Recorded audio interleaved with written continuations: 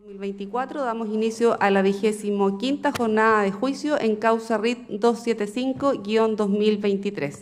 Para efectos del registro se deja constancia que el tribunal está integrado con los jueces Jorge González Salazar, José Ignacio Raúl Atre, Rocío Pinilla Dabadí, quien habla y preside, por el Ministerio Público, quien comparece. Buenos días, magistrados, y a los demás intervinientes. Fiscal Héctor Leiva Martínez. Bien, muy buenos días. Buenos días, magistrada, y a los demás intervinientes, abogada Cristina Celedón Rojas. Buenos días, magistrados. Fiscal Alberto Chifel Márquez. Muy buenos días. Buenos días, magistrados. Fiscal adjunto Felipe González Soto. Muy buenos días, por el Ministerio del Interior. Muy buenos días, señora presidenta. El resto de los demás intervinientes, por el Ministerio de Interior y Seguridad Pública, el abogado Rodrigo Barros. Bien, muy buenos días, por don Jorge Pena Riveros. Buenos días, magistrada. Comparece la abogada Monserrat Díaz González. Muy buenos días, por Bosque Cautín S.A. Buenos días, señorías. Iván Espinosa Bogart. Bien, muy buenos días, por la defensa. Gracias, magistrada. Buenos días. El resto de los intervinientes, por la defensa particular, comparece la abogada Josefa Inardi Delgado. Muy buenos días. El acusado, su nombre al micrófono. Mari Puché, Héctor Yaitul Carrillanca. Marri Puché. Bien, corresponde hoy día dar inicio a las réplicas. Se había acordado en un principio 10 minutos prudenciales, salvo que no estuviesen reiterando, se podía alargar un poco más. Hemos llegado al acuerdo como tribunal de otorgar 15 minutos por interviniente y Ministerio Público, Defensa, Ministerio del Interior y demás querellantes tienen 10 minutos. Avisaremos con 5 minutos de anticipación a cuando vayan terminando los tiempos para efectos de ir redondeando las ideas, ¿sí? Comenzamos entonces con el Ministerio Público. Muchas gracias, magistrada. En primer lugar, replicando lo planteado en la clausura de la defensa, problemas de tipicidad. La defensa alegó problemas de tipicidad en cuanto a que el artículo 6, letra C de la Ley de Seguridad del Estado no contemplaba la actividad forestal. Y aquello no es efectivo. Perdón, don Héctor, lo voy a interrumpir en algo. Para hacerlo por economía procesal y evitar cualquier vicio procesal. Si bien la acusación... Deme un segundo.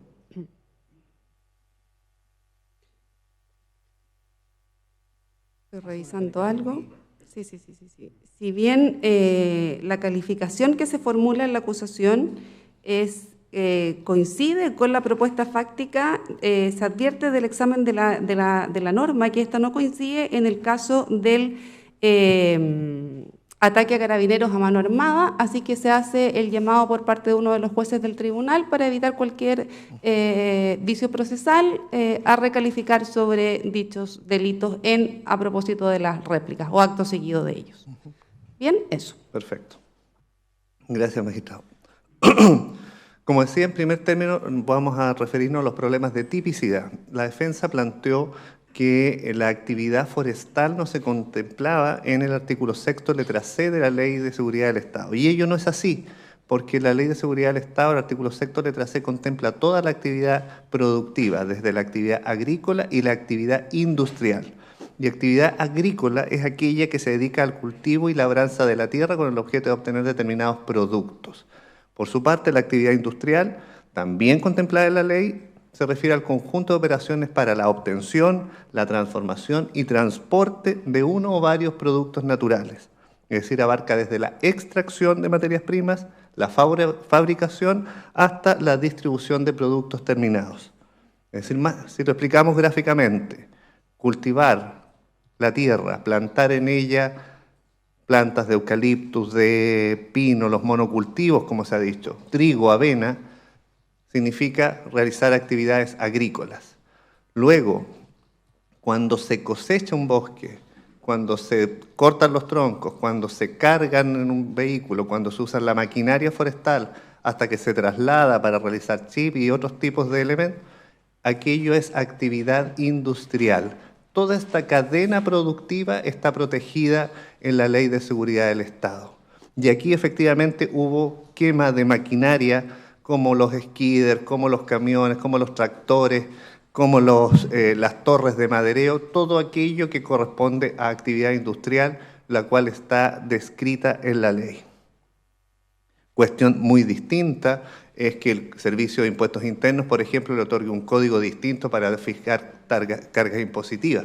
Pero eso es una cuestión muy distinta, que haya una ley particular que para definir cuáles son los predios de actitud preferentemente forestal establezca una definición para aquellos predios.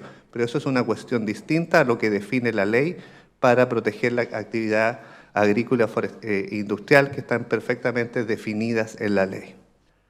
Segundo tema. Se plantea que en cuanto a la apología, en el hecho 2 y 5, no se habla de los sistemas, doctrinas y métodos. Sin embargo, en nuestra acusación, también en la clausura, hicimos referencia al objeto de la apología, que es alabar métodos violentos como son los sabotajes incendiarios, el levantamiento político-militar, la recuperación y control territorial, los sabotajes bien dirigidos, la resistencia, que es una resistencia armada, lo dijimos y se probó latamente. En tercer lugar, se dijo que no se hace referencia en estos casos al receptor del mensaje. Y aquí también hay una confusión, porque el artículo 6, letras C y F de la citada ley, no precisan de un sujeto pasivo determinado, porque es distinto al artículo 15, número 2 del Código Penal, que se refiere a la inducción. La inducción, como una conducta accesoria elevada a la categoría de autor, requiere que haya un sujeto que realice, a lo menos en grado de tentativa, la conducta cual se induce, porque es una categoría accesoria. Lo que se tipifica en el artículo 6, en sus letras C y F, son conductas principales. Por lo tanto, aquí basta el mero llamado, son delitos de mera actividad. Basta con el llamado y que éste tenga idoneidad. No es necesario la existencia de este sujeto pasivo y que éste efectivamente ejecute aquello que se llama o que se alaba. Ahora, sin perjuicio de eso, también hay que tener claro que en los mensajes que presentamos aquí, el imputado Yaitul se refiere claramente a sus destinatarios. Habla de las ORT, los huaychafes, los militantes de la causa mapuche, las comunidades en resistencia. En cuarto lugar, respecto al atentado contra la autoridad y los problemas de tipicidad que se planteó, en la acusación efectivamente está claramente descrito los hechos. Hay un acometimiento en contra de funcionarios de Carabineros en el ejercicio de sus funciones, acometimiento que se verifica a mano armada. Es decir, el hecho está descrito, por lo que en general allí no hay un problema de tipicidad. Se le atribuye calidad de autor de un atentado contra la autoridad a mano armada. Para mayor precisión, aquello corresponde entonces al artículo 261, número 2, en relación al artículo 262, número 1 del Código Penal. Quinto lugar, y también en relación a la tipicidad, se planteó que había un problema de ne bis in idem en el hecho, en el caso de los pastales. Y la verdad es que eso tampoco es así. ¿Por qué? Porque primero van los trabajadores de Bosques Cautín al predio y se les impide el ingreso. Van a solicitar ayuda a Carabineros, concurren con Carabineros y se efectúan disparos de amedrentamiento, lo que impide que ellos ingresen al predio.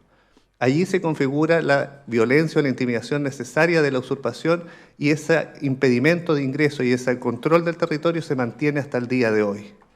Y luego de eso ingresan o intentan ingresar con personal de Carabineros, con la patrulla ECO, etcétera, donde son repelidos con armas de fuego mediante un ataque que fue preparado para eso, donde les disparan en condiciones de inferioridad a los Carabineros y estos resultan con vehículos dañados y con 2 funcionarios lesionados. Son hechos absolutamente distintos. Lo mismo ocurre con el hurto y la usurpación. Para hurtar no es necesario usurpar el predio y no toda usurpación necesita que se sustraiga la madera. La usurpación supone la ocupación, el hurto supone la sustracción. Son verbos rectores distintos. Hay un concurso material de delitos, no problemas de ne bis in idem. En cuanto a antijuridicidad, se planteó que el concepto de orden público, contenido en el artículo 6 de la citada ley, se refiere a alteración de la institucionalidad y por lo tanto correspondería aplicar los delitos contemplados en el título 2 del libro 2 del Código Penal. Sin embargo, esos delitos que se refieren al alzamiento público, a la sublevación, etcétera, son similares a los contemplados en la ley 12.927 sobre seguridad del Estado, pero en el título 2. La verdad es que este no es un problema de interpretación, es un problema de lectura de la ley. Si tomamos la ley, el título primero se refiere a delitos contra la seguridad nacional y seguridad exterior del Estado. Luego, en el título segundo, se trata de delitos contra la seguridad interior del Estado. Y de hecho el artículo 4 dice, sin perjuicio de lo expuesto en el título segundo, libro segundo del Código Penal y en otras leyes, cometen delito contra la seguridad interior del Estado los que de cualquier forma se alzaren contra el gobierno constituido y provocaren guerra civil, especialmente en los siguientes casos. Incluso allí se menciona en la letra D, los que inciten, induzcan, financien, ayuden a la organización de milicias privadas, grupos de combate u otras organizaciones semejantes. Pero allí sí se requiere que sea con el objeto de atacar, sustituir la fuerza pública, alzarse contra los poderes del Estado, etc. Esos son los tipos que son contra la seguridad del Estado. Pero en el artículo 6 estamos ya en el título 3 que dice delitos contra el orden público. Cometen delito contra el orden público. Letra A, los que provocaren desórdenes o cualquier acto de violencia destinado a alterar la tranquilidad pública. Es decir, ¿qué más claro que estos tipos son distintos y ya que se refieren derechamente al orden y tranquilidad pública, toda vez que la ley va tratando estos tipos penales en orden decreciente según la magnitud del bien jurídico protegido? Ejemplo también de esto es la letra D. Los que inciten, promuevan, de hecho, cualquier medio se destruya o inutilicen o impida libre acceso a calles, puentes, caminos u otros bienes de uso público. Aquí, obviamente, lo que se altera es el orden público y no la institucionalidad. La institucionalidad pública está protegida en otro tipo, que es el artículo 4, bajo otro título. Como señalé, su señoría, es simplemente lectura de la ley. No buscar una interpretación distinta no es un problema de interpretación, ya derechamente es un tema de ceguera jurídica. Frente al análisis de la prueba, la verdad es que no existió un análisis del plexo probatorio, solo de partículas aisladas. ¿Qué nos significa eso? Que en general la defensa no ha cuestionado la prueba que ha sido producida. En cierta forma, implícitamente ha aceptado la prueba que aquí se ha presentado. A título de ejemplo, señalan, hay una conversación donde doña Carolina Trejo y el imputado Héctor Yaitul, y se refiere al contenido de la conversación y las fotos de las armas, pero dice no se han periciado las armas. Pero esto no es un juicio sobre armas. No se desconoce la conversación, no se desconoce el contenido de la conversación. Dice, hay una conversación entre el imputado y doña Karen Fren, donde ella no le pide autorización, dice, le pide apoyo para construir su casa en Los Pastales. No se discute que existió esta conversación, no se discute que eso estaba en el teléfono del imputado. Además, aparece bastante poco lógico que doña Karen Fren, que forma parte del LOF Renaco Los Pastales, tenga que pedirle autorización a un huerquén, un vocero que va de paso a entregar un mensaje y a transmitir esos mensajes para vivir en el LOF donde ella forma parte. Es decir, no se cuestiona el teléfono, no se cuestionan las interceptaciones, no se cuestiona nada de su contenido. En cuanto a los 54 atentados, se dice que no se pueden dar por establecidos porque no existe sentencia sobre ellos. Sin embargo, cuando se trata de aquel atentado donde resultó fallecido don Pablo Marchán, dice que se trata de una ejecución. O sea, allí no se exige sentencia. Cuando se tratan de hechos que están en la misma situación jurídica.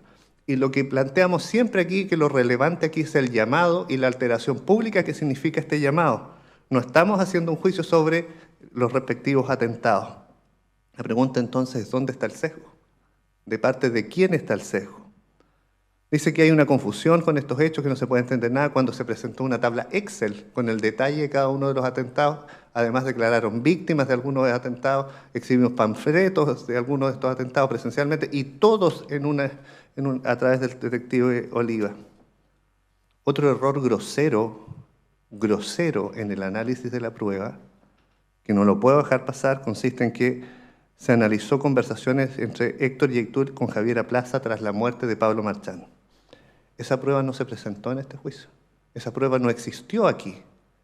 Y existió un análisis de esa prueba, del contenido, etc. Eso es un error grosero en el análisis de la prueba que se presenta en juicio. También existió confusión cuando se plantea que el testigo urbano Flores declaró sobre el hecho 4 quien declaró sobre el hecho 4 y se lo analiza a propósito del hecho 3. Lo mismo sobre un video que también fue presentado sobre el hecho 4 y se lo analiza a propósito del hecho 3. En cuanto a los posesionamientos telefónicos, se señala el imputado efectivamente podía estar en esos lugares, pero estaba en las comunidades aledañas.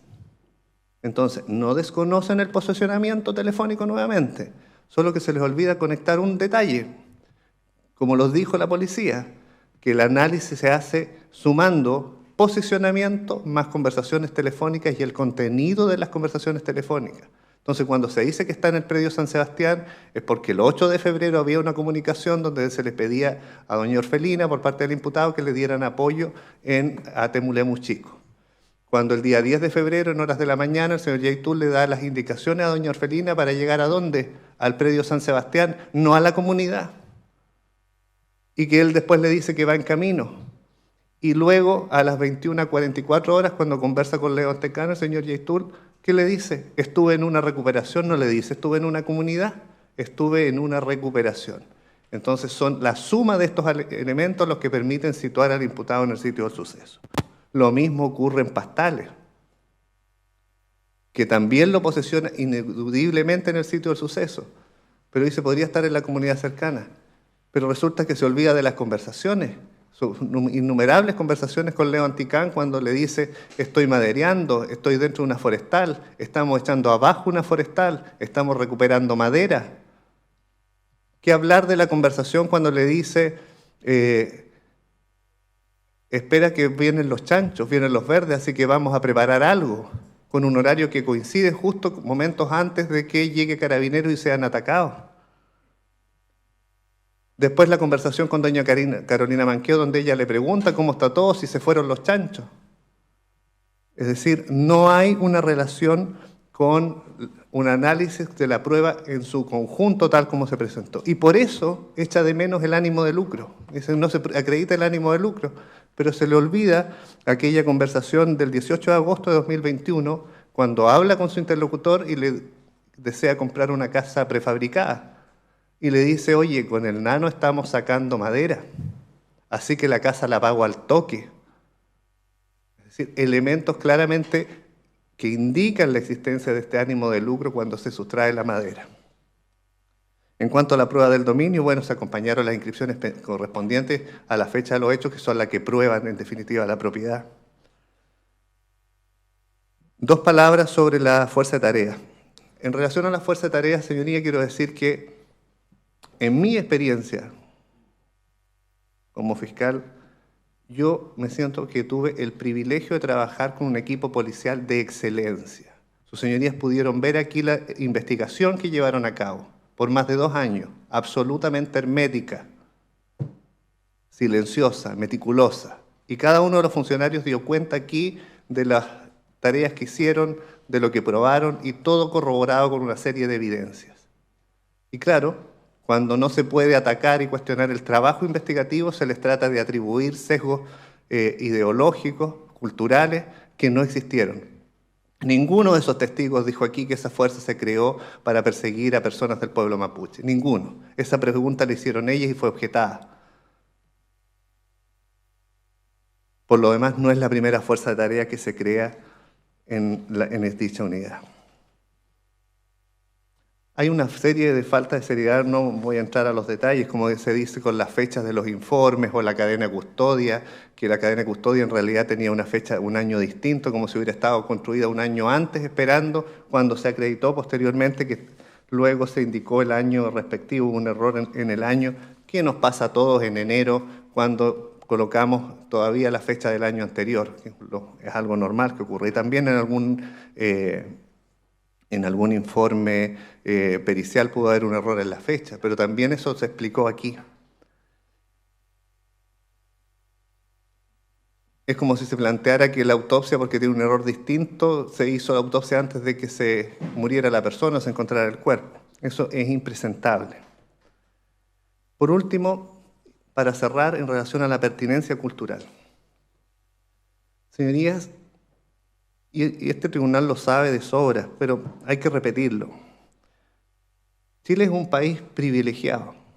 Pocos países cuentan con la fortuna de tener una variedad cultural y una variedad de pueblos originarios como existe en Chile. Todos tenemos en esta región particularmente el mayor de los respetos por la cultura y las tradiciones del pueblo mapuche. El fiscal regional lo dijo en su apertura, este no es un juicio contra el pueblo mapuche. Héctor Yaitul no es el pueblo mapuche. A él no se le persigue por ser mapuche, no se le persigue por su pensamiento político, sino por los graves hechos que provocaron esta grave alteración del orden público, por los graves hechos que implicaban atentados en contra de los funcionarios policiales. Eso es lo que se está persiguiendo. Los tratados internacionales tampoco permiten la libertad de expresión en toda su magnitud. Impiden y no permiten, por supuesto, aquellos delitos de odio, los discursos de odio. En distintos juicios hemos podido valorar la cultura mapuche, hemos visto aquí declarar a personas preocupadas por su recuerdo un juicio, unas personas llorando aquí, una testigo llorando frente al temor de que casi se atropella su lonco en una oportunidad. El valor que tiene... Por favor, silencio. ¿Sí? El valor que tiene para la cultura mapuche sus autoridades tradicionales, el lonco. Y aquí vinieron testigos que ni siquiera sabían si su comunidad tenía lonco o no. Y eso no los presentó a la Fiscalía. El valor que tiene para la cultura mapuche su machi. Y el tribunal escuchó aquí al imputado como hablaba en una conversación de un machi del sur y hablaba mal de él porque no tenía su misma línea política, su mismo pensamiento político. Su señoría, el error de provisión es, en el derecho penal se reconoce la pertinencia cultural a propósito del error de provisión que está condicionado culturalmente, cuando este es inevitable. Pero aquí no hay un choque de culturas, como se ha dicho. Aquí se persigue al imputado por hechos graves. Y finalmente, la pertinencia cultural, los tratados internacionales no tienen por objeto legitimar la violencia. El pueblo mapuche no es sinónimo de violencia. Por lo tanto, para cerrar, lo que pretende al hacerse esta alegación es eludir responsabilidad por hechos graves que son materia de la acusación, y eso es inadmisible. Es todo, magistrado. Bien, el turno del Ministerio del Interior. Gracias, sus señorías. Tomando las palabras y tomando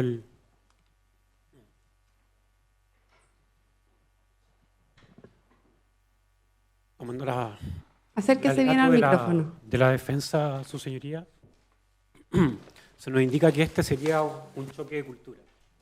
Lo cierto está en que nosotros comprendemos que esto no es un choque de cultura. Nosotros nos vamos a quedar con lo que dice el perito el señor Jiménez. Dice, acá el acusado no muestra respeto de lo que representa el Estado, ni el régimen democrático que tiene el conocimiento de la norma. Tiene el conocimiento de la norma, pero transgrede demostrando un nulo respeto de la misma, ya que no es partícipe de su creencia. Eso es. Acá no hay un choque de cultura, su señoría. Eso es. Después nos dice la defensa habla sobre la formación de la Fuerza de Tarea Macrozona Sur y de la no capacitación que tienen sus miembros. Y nosotros nos preguntamos, bueno, la Fuerza de Tarea, este equipo de trabajo, ¿qué es lo que hace? Investiga delitos, su señoría. Eso es, el que tenga o no conocimiento sobre un tratado o potencialmente una capacitación no le impide la investigación y el descubrimiento de delito y quiénes son sus autores, que por lo demás, como lo dijo, no solamente se dedican o es una amplitud de delitos de los cuales se investigan. Lo que sí podemos decir, su señoría, es que no hay tratado alguno que permita o justifique la reivindicación de la tierra. Tanto es así que este convenio que se cita, el convenio 169 en su artículo 8, establece expresamente que la aplicación de la legislación nacional a los pueblos interesados deberán tomarse debidamente en consideración, pero luego, en su número 2, establece que siempre que éstas no sean incompatibles con los derechos fundamentales definidos por el sistema jurídico nacional, ni con los derechos humanos internacionalmente reconocidos. Es precisamente lo que aquí pasa. Aquí se transgreden los derechos humanos de las personas al hacer la comisión de estos delitos, al hacer estos llamados. Su señoría, acá se habla que nosotros no hemos entendido el concepto de huerquén. Lo cierto está en que ya nos referimos profusamente sobre el tema. Lo único que hicimos es hacer un comparativo de lo que nos dijo el acusado versus lo que nosotros pudimos probar que efectivamente acá no había un huerquén. Existe una persecución política, se nos dice, que podría ser incluso peligroso el hecho de perseguir este tipo de situaciones. Lo cierto está, su señoría, que acá no existe una persecución política por los dichos. Acá existe una persecución política porque esos dichos constituyen delito. Nuestra Constitución establece y permite la libertad de expresión. Los tratados internacionales así también lo indican. El artículo 19 del Pacto Internacional de Derechos Civiles y Políticos establece la libertad de expresión en su número 2, pero también establece limitaciones y establece que este ejercicio entraña deberes y responsabilidades, y en su letra A establece que este debe ser con respeto a los derechos de los demás, y también establece como limitación el orden público. Y también lo establece el artículo 13 de la Convención Americana de Derechos Humanos, en que reproduce muy similar a lo que acabamos de hablar del Pacto Internacional de Derechos Civiles y Políticos. Pero en su número 5 establece una limitación. Habla sobre la prohibición de la propaganda en favor de la guerra y de la apología del odio nacional. Eso, señoría, eso es lo que existe acá. Nuestra Constitución establece este derecho, pero no es ilimitado, no es a todo, no es a toda norma, no es a lo que uno quiera, establece limitaciones. Respecto a su señoría, ya entrando a la ley de seguridad, se establece que se cuestiona el orden público en resguardo de la institucionalidad política. Es cosa de leer, su señoría, nosotros no compartimos eso, es cosa de leer el artículo 6, letra C, que menciona actividades económicas. Entonces no puede ser que el orden público solamente sea en torno a la institucionalidad política. Y aquí hacemos propios los argumentos que vertidos por parte del Ministerio Público.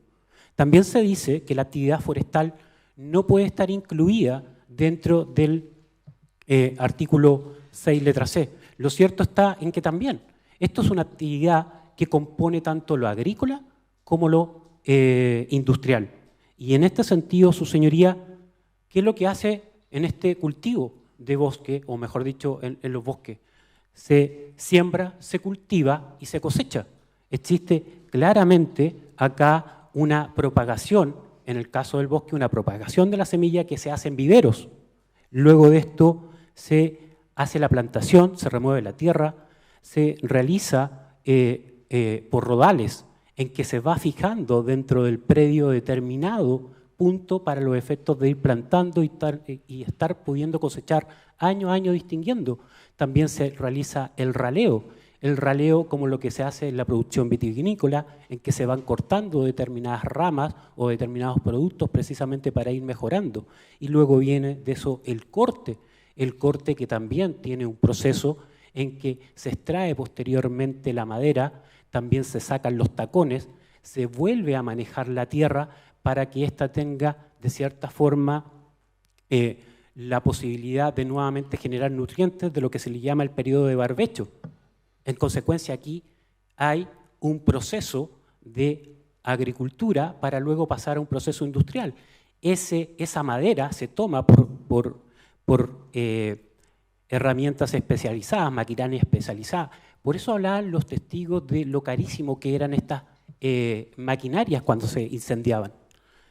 Claramente, en ese sentido, existe una transformación del producto, una transformación que puede ser, por ejemplo, en celulosa, en chip, en maderas especiales, su señoría, y por lo tanto, entonces, cuando uno va a la Real Academia Española y busca el concepto de lo que es la agricultura, uno, agrícola, primero dice que es perteneciente o relativo a la agricultura, y cuando entonces uno busca agricultura, entiende que es un conjunto de técnicas o conocimientos relativos al cultivo de la tierra. Y cuando uno va a lo industrial, su segunda sección, conforme a la RAE, dice que es el conjunto de operaciones materiales ejecutadas para la obtención, transformación o transporte de uno o varios productos naturales. Esto lo establece la Real Academia Española. Pero no solamente eso, su señoría, tuvimos la declaración de doña Yasna Navarrete. Doña Yasna Navarrete nos indicó que ellos tuvieron un siniestro en Baltimore en que les quemaron una línea completa en que ellos producían chip y se lo vendían a celulosa a CMPC. Esto lo hice en su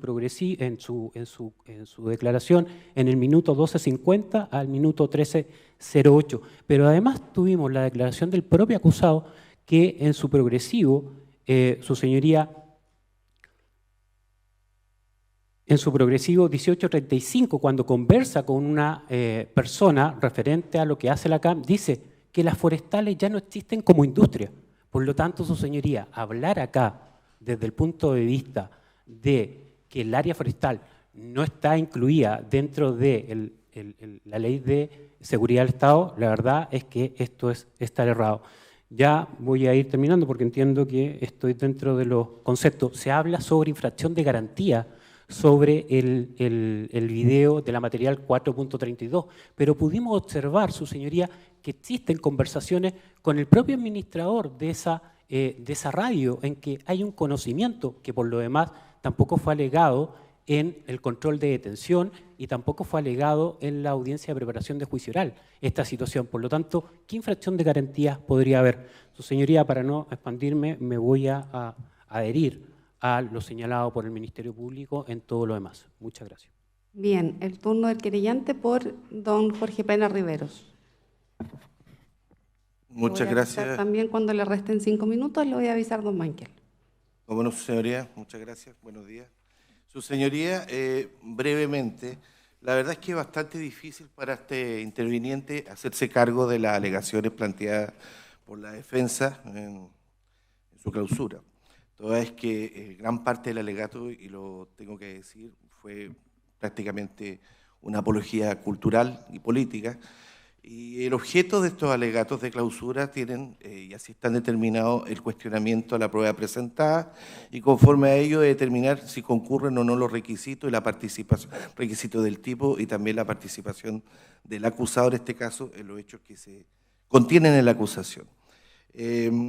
Respecto de los tipos penales que se contienen, su elemento y también la participación del acusado en ello, la verdad es que tanto el colega Leiva principalmente, como también el colega del Ministerio del Interior, y ahí hicieron referencia, así que no voy a reiterarlo, su señoría.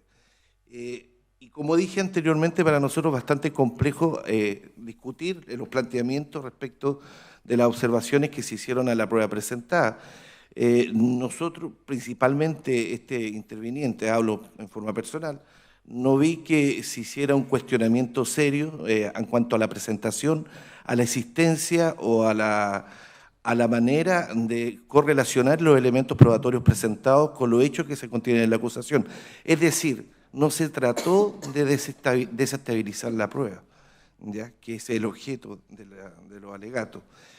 Así que, por lo tanto, su señoría, no tengo mayores antecedentes que señalar, que ya los he dicho por el Ministerio Público, y solamente indicar, su señoría, que lo único que quizás se cuestionó en lo que a mí atañe, que el hecho 3 es respecto de la existencia del dominio del inmueble como requisito del tipo, pero solamente respecto a aquello vengo a indicar de que esa afirmación planteada por la defensa es un craso error, toda vez que nosotros somos letrados, todos sabemos que el dominio de los inmuebles se acredita por la inscripción en el conservador de bienes raíces, y esa inscripción, su señoría, que la tengo a la vista, fue incorporada en la prueba documental 2.19 y 2.2 de la prueba documental, en la cual se encuentra el dominio vigente extendido por el conservador de bienes raíces de la ciudad de Victoria, con su respectivo número de inscripción y anotación. Así que, por lo tanto,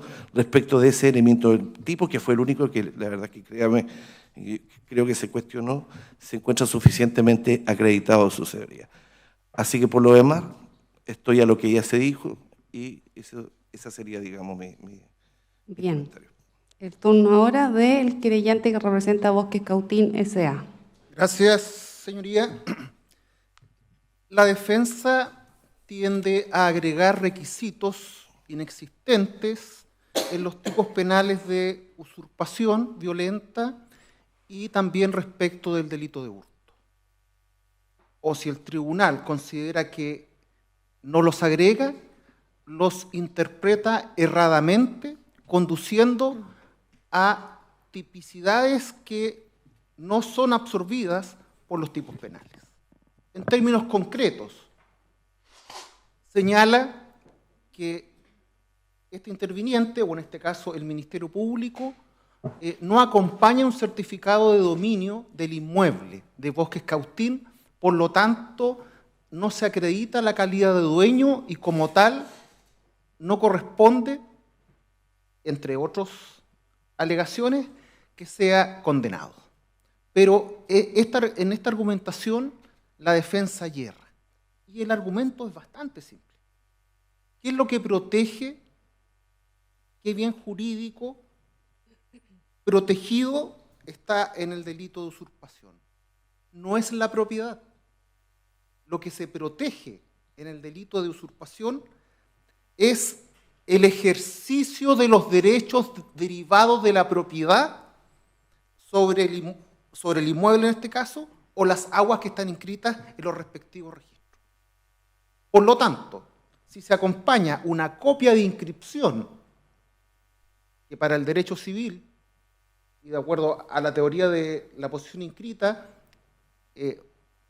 constituye una posesión inscrita, ya al poseedor se le reputa dueño, más lo que declara los testigos en cuanto a lo que sucedió en el inmueble, que no lo voy a repetir porque no es un hecho tan controvertido, lisa y llanamente concurren los elementos fácticos más relevantes para la configuración del delito. No se puede pedir algo que el tipo penal no lo exige. Obviamente, si no trajéramos ningún antecedente en relación a qué derecho tiene mi representado sobre el inmueble y solamente presentáramos los testigos, se puede generar una duda razonable o decir derechamente, mire, falta un elemento o hay problemas de tipicidad, pero aquí no lo hay. Por eso digo que se exige más de lo que pide la norma para configurar. Ahora, en cuanto al tema del delito de hurto,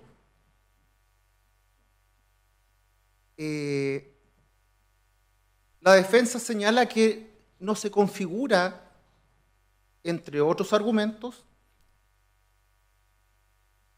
el ánimo de lucro, porque señala que no se ha presentado prueba alguna respecto de don Héctor o respecto de terceros en cuentas o personas o en la casa de dinero proveniente supuestamente de esta reducción o venta de madera extraída de la forestal. Pero es que eso no es un elemento de configuración. El ánimo de apropiación puede ser entendido de dos o tres maneras en nuestra legislación. Como un componente del delito de la apropiación, es decir, como tendencia interna trascendente de aprovechamiento, así lo dice Mañalich.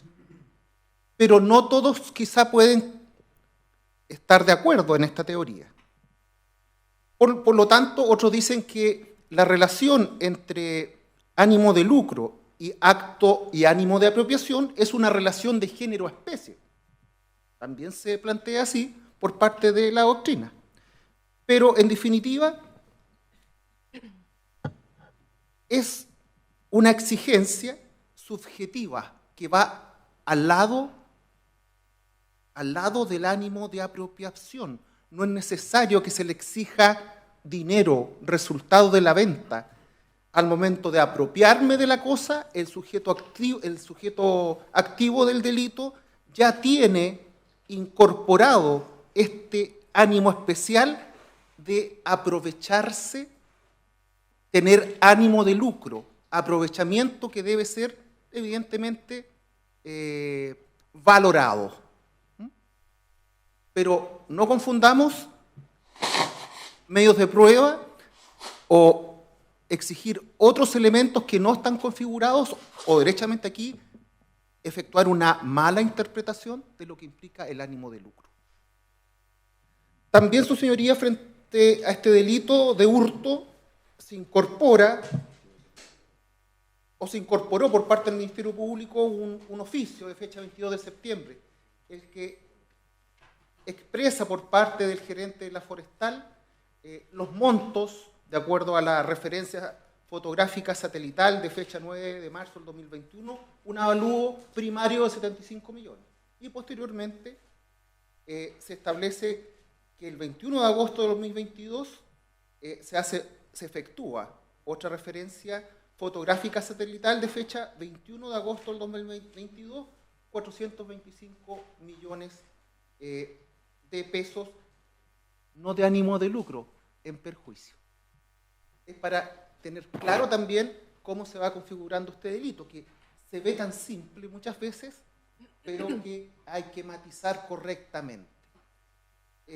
Eso es lo que... y también, su señoría, me va a disculpar el tribunal, porque es un tema de reflexión, y lo saco a colación porque lo dice la defensa.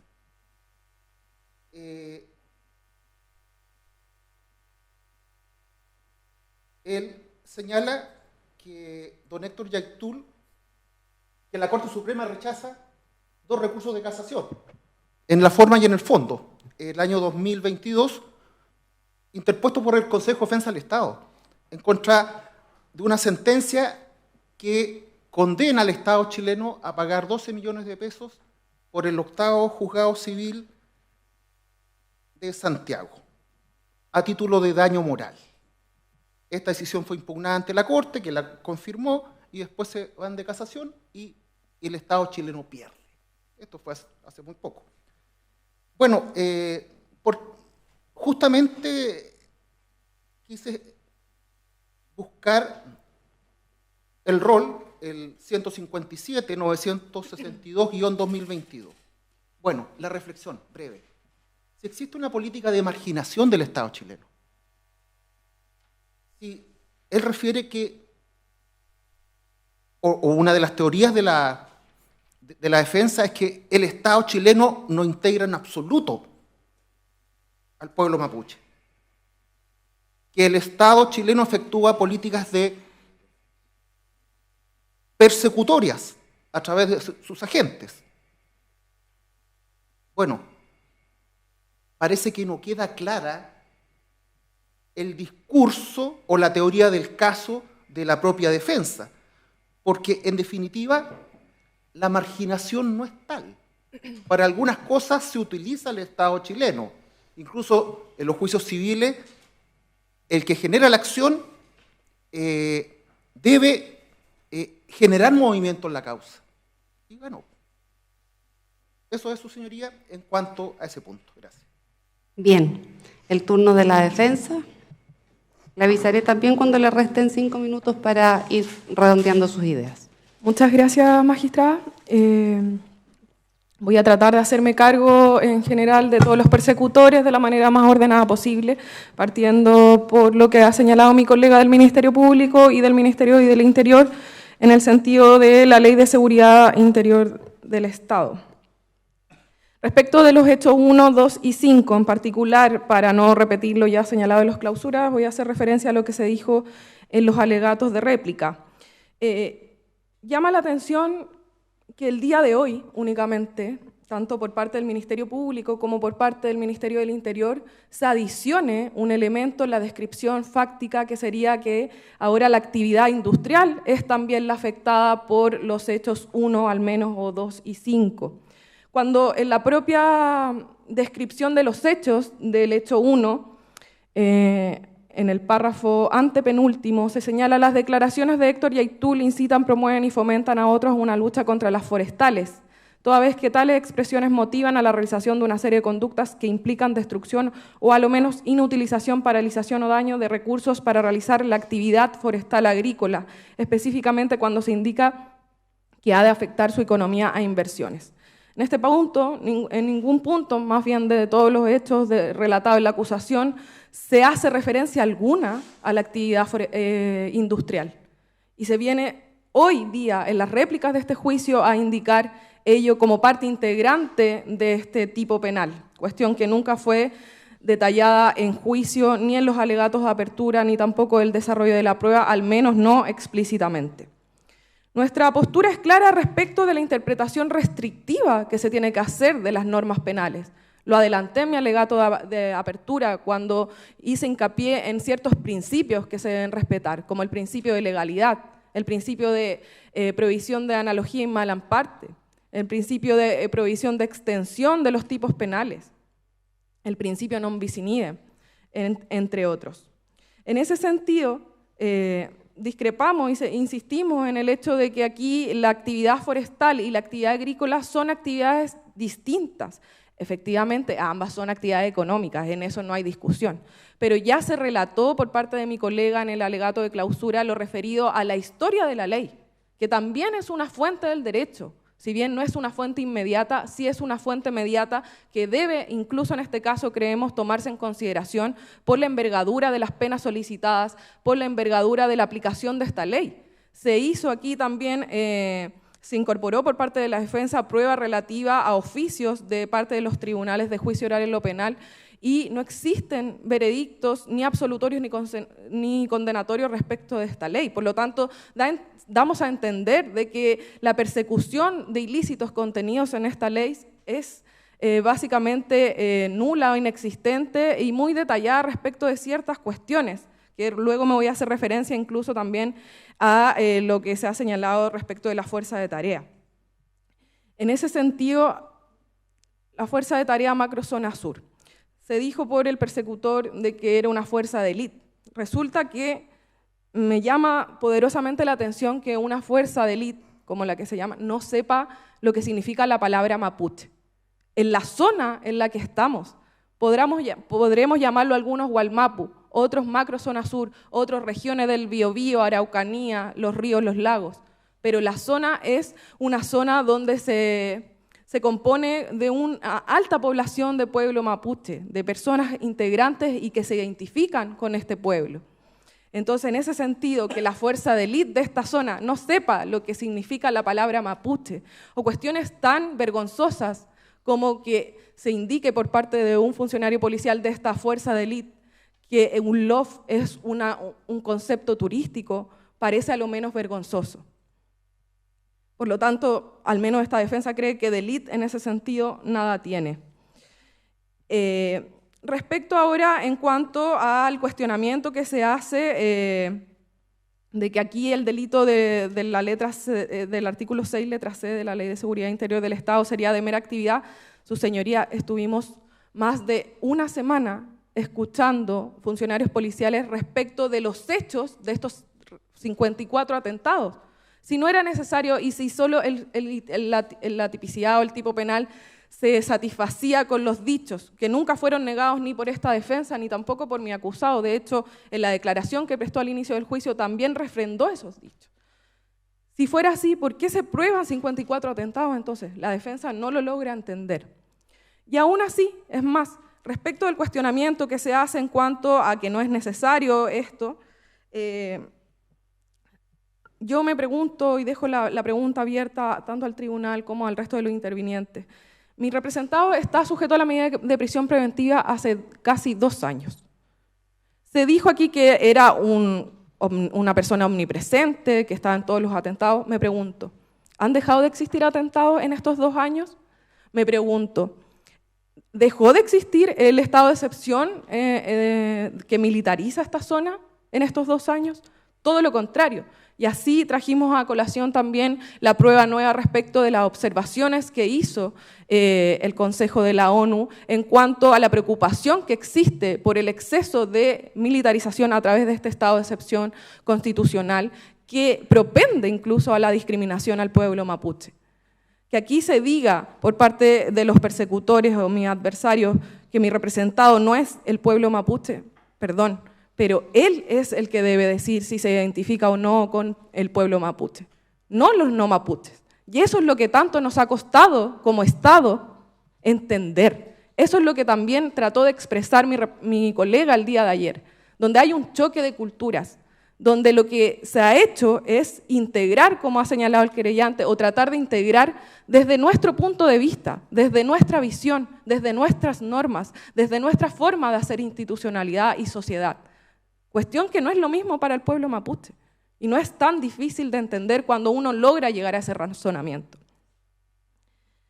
En ese sentido, me parece importante indicar ciertas cuestiones en cuanto a los derechos humanos o fundamentales que se han visto vulnerados a juicio de la defensa en este proceso de persecución política respecto de mi representado, en cuanto lo integran los tratados internacionales en la materia, como el Pacto San José de Costa Rica, que indica el principio de legalidad, la igualdad ante la ley, las garantías judiciales, la libertad de pensamiento, los derechos políticos, los derechos económicos, sociales y culturales.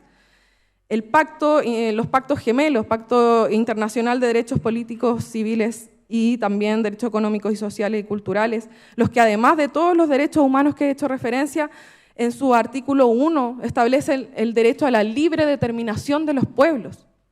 Y además el convenio 169 ya citado largamente en estos antecedentes, en cuanto a la conciencia cultural, en cuanto al derecho, como digo, a poder expresar la forma de vida y poder efectuar en los hechos esta forma de vida que establece el pueblo mapuche. Y ahí está la pugna. La pugna está entre cómo se ve la tierra. Se adelantó en el alegato de apertura en este juicio. La lucha de la tierra está determinada culturalmente. Para una persona que aboga por el sistema neoliberal o una persona no mapuche, puede ser que la tierra sea una simple propiedad privada. Para el mapuche no es así. Y eso es lo que hay que entender. En ese sentido, además, respecto de lo que señala, volviendo al tipo penal, de la letra C, del artículo 6, letra C, cito a la doctora en Derecho Alejandra Castillo Ara, académica de la Universidad Diego Portales, respecto de que en este caso, este llamamiento respecto de los hechos debe ser específico en cuanto a las personas y en cuanto, o grupo de personas, y en cuanto al hecho al cual se hace este llamamiento. Y en esos ambos se asimila a lo que se establece en la participación de autor-inductor. Eso lo ha dicho la doctrina de acuerdo a esta doctora en Derecho. Cuestión que no se logró probar en estos antecedentes.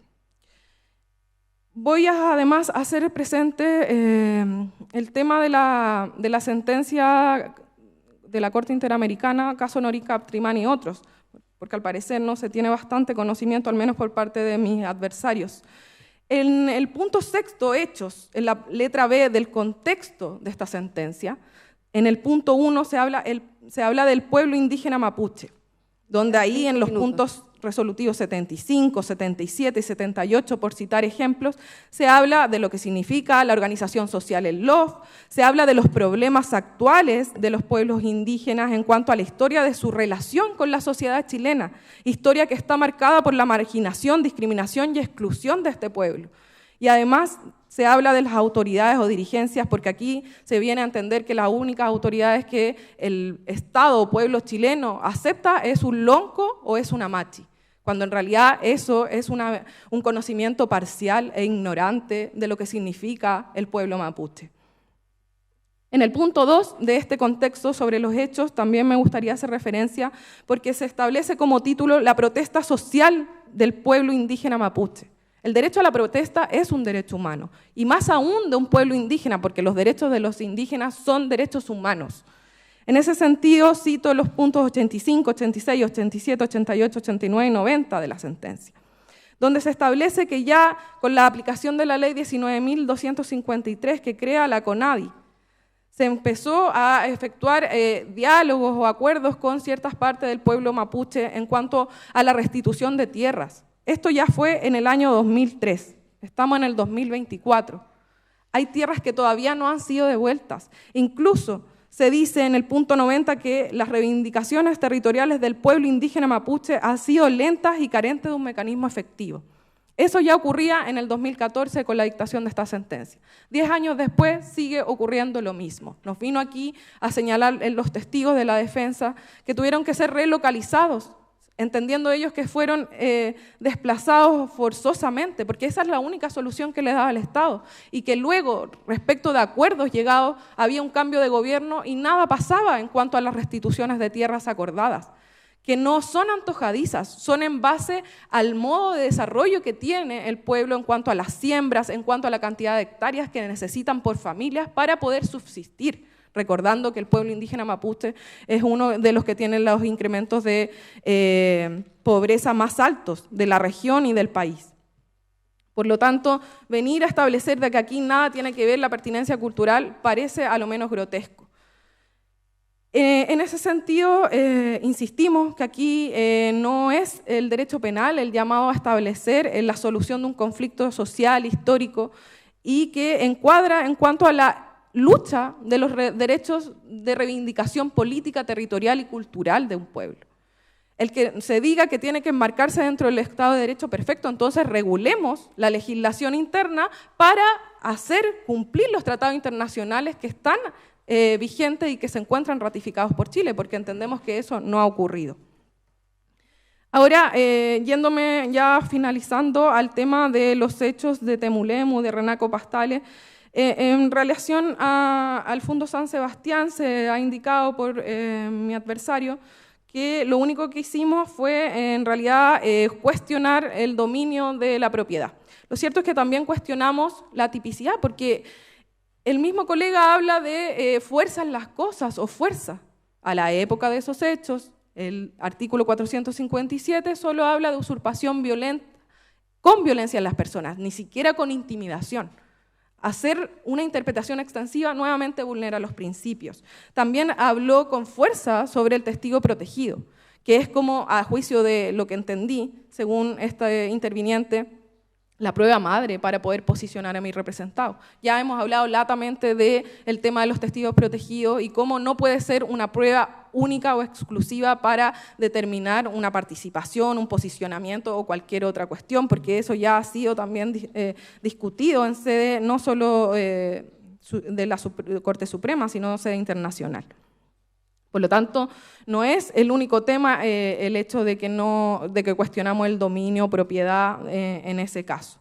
En el caso de Renaco Pastale, bueno, incluso el mismo tribunal advirtió que existe un error en la calificación jurídica. Aquí no estamos en un matinal, aquí estamos en un tribunal. Lo mínimo es que el persecutor efectúe una adecuada tipificación y así lo exponga en su acusación de acuerdo a los hechos que va a probar en juicio. Eso es lo que corresponde. No estamos pidiendo ni más ni menos que se respete el debido proceso. En cuanto, además, en este caso de Renaco Pastale hubo cuestionamiento por parte de la defensa a la prueba.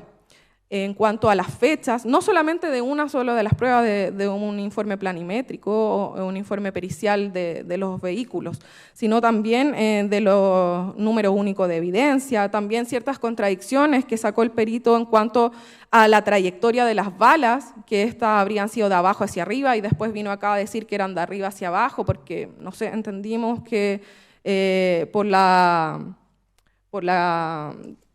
forma geográfica del terreno. Pero lo cierto es que eso tampoco se estableció en su informe. Por lo tanto, no solamente hay un cuestionamiento jurídico, técnico, también hay un cuestionamiento a una persecución, que así la denunciamos, y también hay un cuestionamiento a la prueba que se rendió en juicio por parte del persecutor. Por lo tanto, insistimos en nuestra solicitud de absolución respecto de todos los ilícitos por parte de mi representado, en base ya a los argumentos dados tanto en los alegatos de apertura, clausura, réplicas, como se han venido relatando. Muchas gracias. Bien, se tienen por efectuadas las réplicas de los intervinientes. De acuerdo a lo acordado, entraríamos en receso a contar de ahora hasta el día lunes, que se van a efectuar las palabras finales del acusado, si lo estima pertinente, y se dará a conocer el veredicto por parte del tribunal. ¿Existe alguna petición de los intervinientes antes de entrar en receso? No por esta parte, magistrada. Su señoría, solo hacer presente que el día lunes es probable que comparezca a otro juicio y me voy a reintegrar, pero como siempre, existiendo algún representante del Ministerio del Interior. Bien, no hay inconveniente en eso. Mientras haya un abogado por el Ministerio del Interior, quien sea, teniendo delegación de poder, no hay inconveniente. La defensa, ¿no?